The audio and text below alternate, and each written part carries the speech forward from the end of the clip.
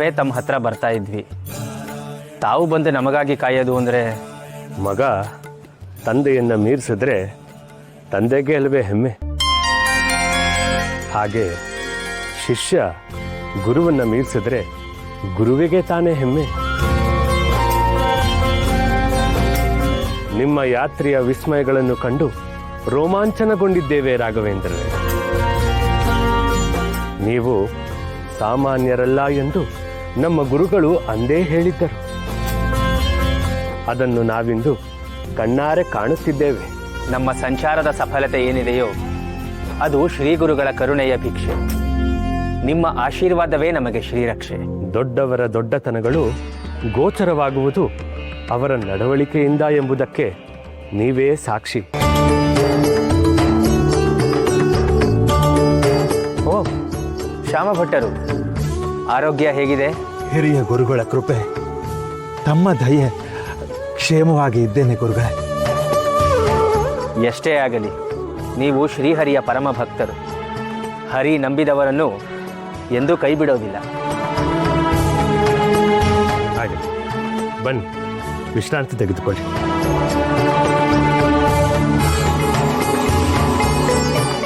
ಏನ್ ನೋಡ್ತೀಯ, ಸ್ವಲ್ಪ ಒತ್ತು ಗೋವಿಂದ.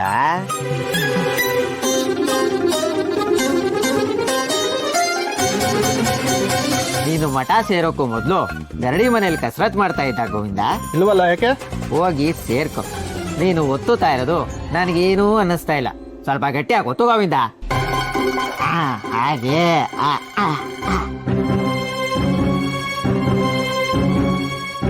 ಈ ಮುದುಕ ಶ್ಯಾಮ್ ಭಟ್ಟ ಸತ್ತೋಗಿದ್ದಾನೆ ಅನ್ಕೊಂಡಿದ್ದೆ. ನೋಡಿದ್ರೆ ಮತ್ತೆ ಮಠಕ್ಕೆ ಒಕ್ಕರಿಸ್ಕೊಂಡಿದ್ದಾನಲ್ಲ ಗೋವಿಂದ.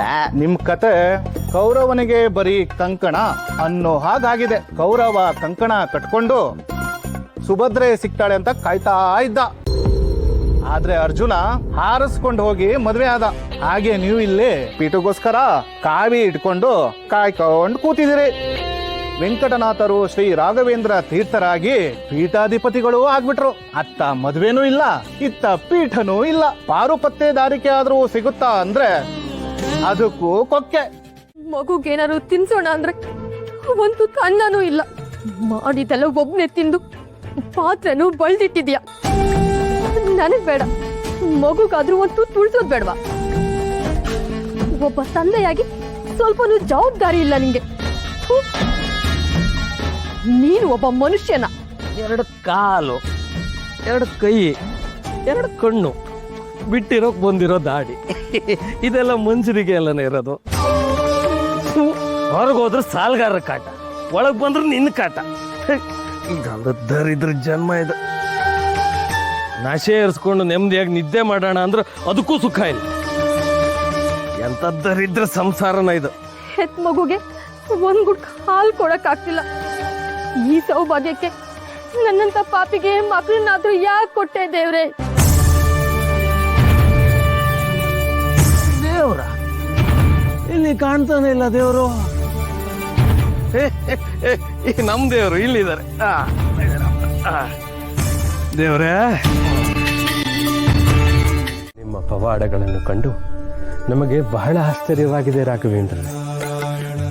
ಗುರುಗಳೇ, ಎಲ್ಲೋ ನಡೆದ ವಿಸ್ಮಯಗಳನ್ನು, ಭಗವಂತನ ಅನುಗ್ರಹವನ್ನು ತಾವು ಇಲ್ಲೇ ಕೂತು ತಮ್ಮ ದಿವ್ಯ ದೃಷ್ಟಿಯಿಂದ ಕಾಣ್ತೀರಿ. ಅದರ ಮುಂದೆ ನಮ್ಮದೆಂಥ ಪವಾಡ ಗುರುಗಳೇ. ಆಹಾ, ತುಂಬಿದ ಕೊಡ ತುಳುಕುವುದಿಲ್ಲ. ಸತ್ತ ಮಗುವನ್ನು ಬದುಕಿಸುವುದೆಂದರೆ ಸಾಮಾನ್ಯದ ಮಾತೆ. ನಮಗಂತೂ ಶಿವ ಮತ್ತು ಮಾರ್ಕಂಡೇಯನೇ ನೆನಪಾದರು. ದೊಡ್ಡ ಮಾತು ಗುರುಗಳೇ.